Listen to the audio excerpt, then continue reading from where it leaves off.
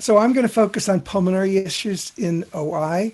It's a relatively short presentation, so we can have as much time for discussion. It's absolutely a good description that I'm sort of the default pulmonologist. It's something that I backed into, if you will. And I'm going to tell you the current state of pulmonary issues as I see them, even make some recommendations, and tell you what we're working on to try to understand pulmonary issues better. I don't really have a conflict of interest. Some of you may recognize Mereo as a company that's doing work in OI, but I work with them on another pulmonary drug that they're developing that is not related to osteogenesis imperfecta. Just an overview, I'm going to talk about the impact of pulmonary issues on OI, the role of chest architecture abnormalities in OI pulmonary problems, and the role of abnormal lung collagen in the role of pulmonary issues. And then briefly touch on other pulmonary conditions in OI. And then we'll go to the Q&A and case presentations, which, as mentioned, I wound up putting some of my cases into the presentation instead of the something at the end. So, as many of you know, the most common cause or contributor to death in people with OI is pulmonary disease or pulmonary failure. The role of pulmonary issues is often overshadowed by skeletal issues in the day-to-day management of osteogenesis imperfecta. The rare status of OI means that very few pulmonary clinicians, whether pediatric or adult, gain experience in the clinical care of OI pulmonary issues, since they're simply not faced with those patients. And those who are expert in OI, those pediatricians and often orthopedic surgeons or geneticists who deal with OI, don't have lung disease as a focus in their management. In the general pulmonary practice that I've been exposed to, the rare OI patients that come to a pulmonary clinic are simply lumped in terms of treatment and evaluation with what we know about the treatment of kyphoscoliosis in patients without OI, and that can be a problem. So the most obvious issues in OI patients are chest wall architectural issues. Skeletal deformities for many years have been assumed to be entirely responsible for most pulmonary issues. Things like scoliosis, to a lesser extent kyphosis, rib and vertebral fractures that lead to chest wall deformities, pectus deformities, diaphragmatic compression by abdominal contents in people who are sitting in a chair or have lumbar and lower thoracic scoliosis type problems. And also some issues of tortuosity of the trachea because of small stature in some types of OI. In 1999, however, it was noted that a number of type 1 OI patients without any significant chest wall deformity had to happen to have abnormal lung function without any additional cause that could be identified. And that raised the issue of whether there were lung parenchymal issues that were also contributing to lung problems and perhaps to death in patients with osteogenesis imperfecta. I do need to point out that I'm a adult pulmonologist, and while I get a lot of calls and questions from people in the pediatric field, that I'm not someone who has seen pediatric patients with OI. So having said that, here's a patient with OI, not pediatric. And you can see that the thoughts of pulmonologists tend to revolve around the scoliosis and the compression on one side of the chest of lung tissue that can lead to infection and poor air movement, and the hyperexpansion of the lungs on the other side, where the ribs are spread apart. And we have crude measures to treat non-OI kyphoscoliosis, such as intermittent positive pressure breathing, vests, and things like that to improve secretion clearance, many of which might do harm to OI patients with fragile bones. Now, it's important, and really the thrust of this talk, to point out that the lungs are entirely reliant on the function of type 1 collagen. Type 1 collagen is one of the major structural proteins of the lung. Its synthesis is stimulated by inflammation and by cellular destruction, such as in ARDS, that causes an overproduction of type 1 collagen, and this is in normal individuals I'm speaking about. It was demonstrated that in infants requiring mechanical ventilation, the percentage of type 1 collagen increases dramatically in the lung. And bronchial wall structure also depends on the network of type 1 collagen in the bronchial tubes. Now, I really became interested in this thanks to Joan Marini at the NIH, who was one of the first to connect the dots between osteogenesis imperfecta, collagenopathy, and lung disease. So the pulmonary status of those with OI depends on the entire pulmonary system.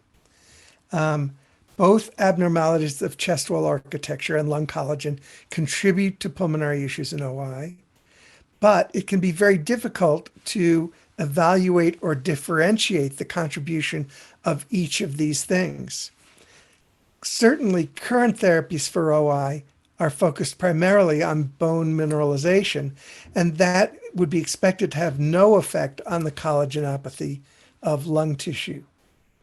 And it's not known yet whether, of the many types of OI that have been identified genetically, and also in terms of function, whether these different types have different effects on intrinsic functioning of the lung. Now, there have been number of animal models of OI lung disease, of OI disease, and most of these models have been developed to evaluate fracture, mineralization, things like that related to the skeletal abnormalities of OI and not the lung abnormalities. But investigators such as Dr. Morell have concentrated in those models on looking at lung tissue, and many of these models have demonstrated pulmonary emphysema with destruction or poor development of alveoli in the lung, leading to enlarged air spaces and less surface area for exchange of oxygen. Others more recently have been showing some changes that seem to be related to cellular attachment of the structures of the alveoli that are dependent on normal collagen. Also, small animal models of lung compliance, how much the lungs expand with a given pressure, either an external pressure from negative pleural pressure when the diaphragms go down and the respiratory muscles contract, or compliance based on inflating the lung with a given amount of pressure and showing that the amount of inflation is abnormal. All of these suggesting that the connective tissue architecture of the lung might be deranged. In order to evaluate this in adults, and thanks to the Jamie Kendall Fund, which is directed from her estate at the at developing, at evaluating lung issues in adults with OI, and the Brittle Bone Disease Consortium, we've received funding for a cardiopulmonary study in OI. It's run through the Hospital for Special Surgery in New York City under the direction of Dr. Kathy Raggio, and includes collaborators at my institution and at Columbia University, as well as the animal studies being done at the institutions of at NIH and Dr. Morell's institution. It's studying both cardiac and pulmonary issues in adults with OI, and selected patients in that group will get biopsies of their bronchial tubes and lung tissue to look for both RNA expression in various cells of the lung and the anatomy of the abnormal anatomy of type 1 collagen in those pulmonary tissues. So the evaluations, and many of you may have already heard this litany of things that we're evaluating in this study, include typical spine films, high-resolution CT scanning of the chest, complete pulmonary function testing, cardiac echocardiography, blood work to look for biomarkers of lung and blood and heart disease, electrocardiogram, sleep study in patients who elect to have that, oximetry and arterial blood gas measurement, 6-minute walk or hand bike to evaluate exercise tolerance, ultrasounds of the abdomen and the carotids. Actually, the carotid ultrasound after 30 patients has been found not to give information that's of help, so that's been eliminated. Various measures of height and chest size, and I'll talk in a few minutes about why that's been important in lung function analysis. We do quality of life questionnaires and sleep questionnaires, and as I mentioned, in selected individuals, bronchoscopic biopsies. We enroll patients with all types of OI. They are all adults, 18 and older, and they all sign an informed consent to participate. So what have we learned? Well, I'll cut right to the most surprising aspect and unexpected aspect, and that is that regardless of lung function or pulmonary symptoms in the patients that have been enrolled, to date, 94% of individuals that adults with OI had evidence of bronchial wall thickening on CT scan, an unexpected finding. It's unclear why the bronchial walls are thickened. This is a finding that's most often observed in people that have inflammatory infiltrates in their bronchi or have hypertrophy of cells in the walls, but it could be an indication of collagen abnormalities and inappropriate stacking of collagen or assembly of collagen. And so this is one of the reasons that we've added, thanks to the Brittle Bone Disease Consortium, bronchoscopy to our analyses to find out exactly what the histology and gene expression is that corresponds to this bronchial wall thickening. One of the most important issues that we faced, and that is becoming increasingly important in evaluating OI patients, is issues with pulmonary function testing. I'm sure that most of you understand pulmonary function testing. That's basically, either blowing into a mouthpiece or sitting in a box and panting or inhaling various gases to see how they're absorbed into the lungs and blood. But the problem with lung function testing is related in large measure to the fact that the lungs, beginning at about age 20, have declining lung function. If you consider the values that go down or up to represent lung dysfunction.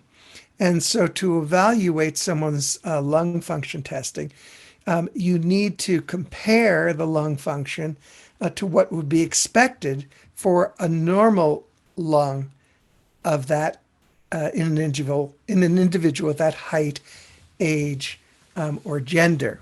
Now, race has for a long time been part of the calculation for measuring, for calculating predicted normal values, and has recently been removed from the calculation when it's been found that most of the race corrections don't account for what current stature, physical stature, and chest architecture is in the various races that make up the people that we study. And that race is not as much of a factor in determining the predicted normal pulmonary function.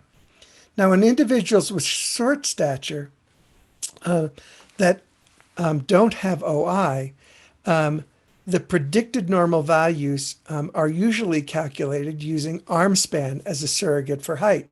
Something as simple as someone with amputees or that have other genetic abnormalities that simply shorten someone's height and preserve arm span. Arm span has been a good surrogate, and it's often been used in OI, except that OI individuals with short stature and history of multiple long bone fractures, rotting, things like that, arm span measurements turn out to be quite inaccurate. And the predicted normal values often can't be calculated by usual methods. Now, one of the things that we found in our OI patients in the cardiopulmonary study is that one of the more accurate ways of calculating predicted values is to do point-to-point arm span measurement from the tip of a finger to the wrist, to the elbow, to the shoulder, to the other shoulder, to the elbow, to the wrist, to the tip of the finger. And adding those values up can be more accurate, especially when using a flexible tape measure for people that have long bone deformities. In addition, the contribution of chest wall abnormalities can't be distinguished from intrinsic pulmonary disease by usual pulmonary function testing. There are some more invasive pulmonary function tests that have fallen out of favor, such as putting balloons into the esophagus to help measure lung compliance as opposed to chest wall compliance. It's hard. That kind of testing is hard to come by now. And so when you really want to find out is an abnormal pulmonary function, is, for instance, someone with a very small expiratory volume, small because of their chest wall architecture, or small because they have stiff lungs, that can be very difficult to distinguish with usual pulmonary function testing. As an example, here is a plain film of the chest in an OI patient who has had rotting that has corrected to a large extent this patient's scoliosis. And even though they have a normal appearing chest cavity with minimal scoliosis, their physiology is entirely restrictive with reduced FEV1 and vital capacity. Excuse me. Incidentally, this patient has a normal height, so that's not the reason for this reduced flow and capacity of the lung.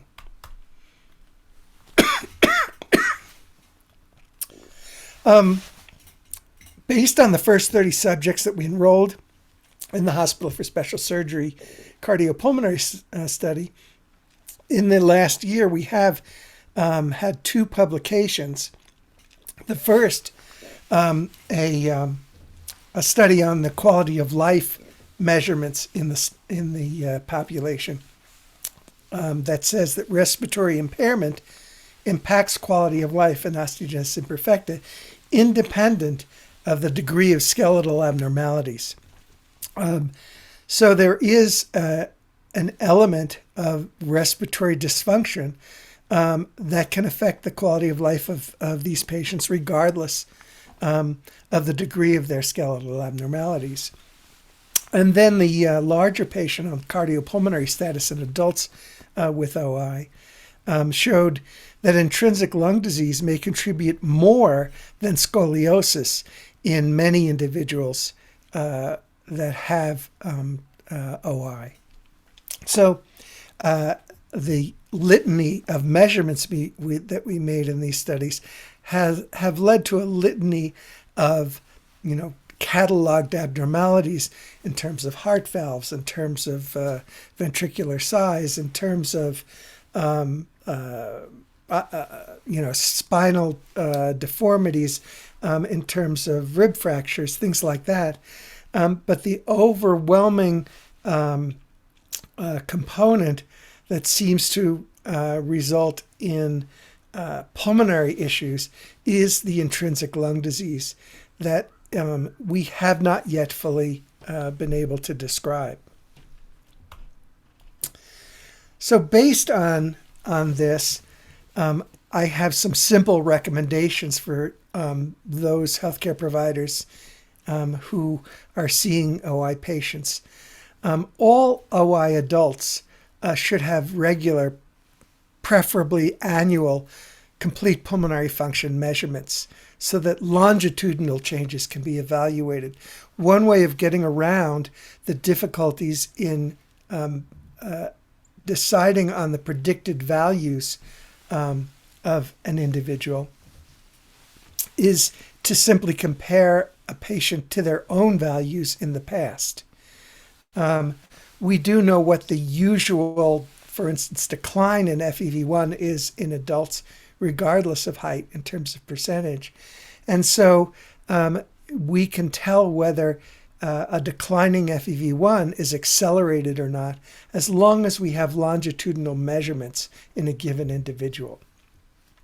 OI patients and their physicians should seek to nurture relationships with their local pulmonary physicians to help those physicians learn more about the condition of OI in that patient. More work needs to be done to understand factors that affect lung function in OI, and therapies directed at the lungs in OI need to be encouraged. We're certainly trying to do that with all the pharmaceutical companies that we work with to see if there are directed therapies that we might encourage. The problem is we really need to know the pathophysiology of the lung abnormalities and the collagenopathies in the lung in order to have directed therapies that affect the lung. And then maybe most importantly in the recommendations, don't forget that OI patients can get lung conditions that are entirely unrelated to their OI. They can get asthma, they can get COPD, they can get lung cancer. And so it's important to not ignore those conditions when they occur. It's certainly likely that some of those unrelated lung conditions can be adversely affected by the intrinsic lung disease in patients with OI. And as I recommend in every talk I've ever given, OI patients need to avoid cigarette smoke at all costs. Because that is certainly the effects of cigarette smoke would be likely to be magnified in patients with OI. So in this brief talk, I've tried to summarize that OI lung disease is underappreciated as a specific intrinsic condition, that mechanisms of OI lung injury are being studied so that we can learn more about the mechanisms of the lung disease and the effects of the collagenopathy on lung function. And never forget the lungs when you're evaluating individuals with osteogenesis imperfecta. Thank you very much. And I'd love to have a discussion about our common patients. Okay, thank you.